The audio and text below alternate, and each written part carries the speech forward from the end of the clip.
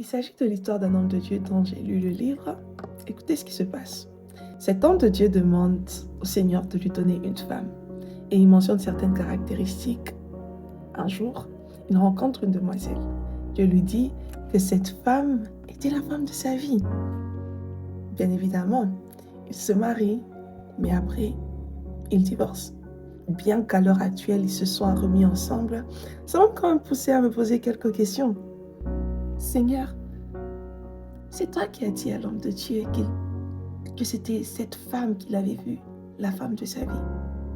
Comment est-ce qu'ils peuvent finir par divorcer? J'ai commencé à me poser plein de questions et aujourd'hui j'aimerais vous partager ce que j'ai appris de cette histoire.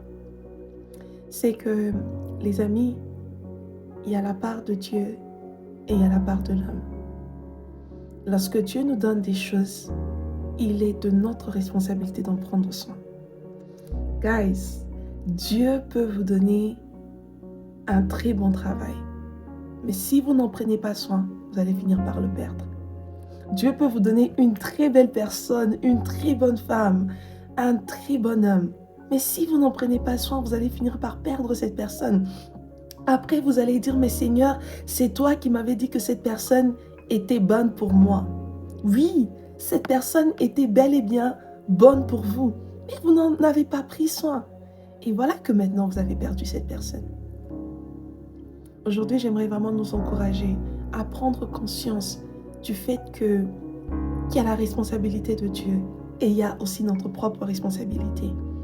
Si c'est votre cas, si vous êtes passé par une situation où vous avez reçu quelque chose de Dieu que vous l'avez perdu, la chose à faire, ce n'est pas de blâmer Dieu, mais c'est de demander à Dieu sa grâce.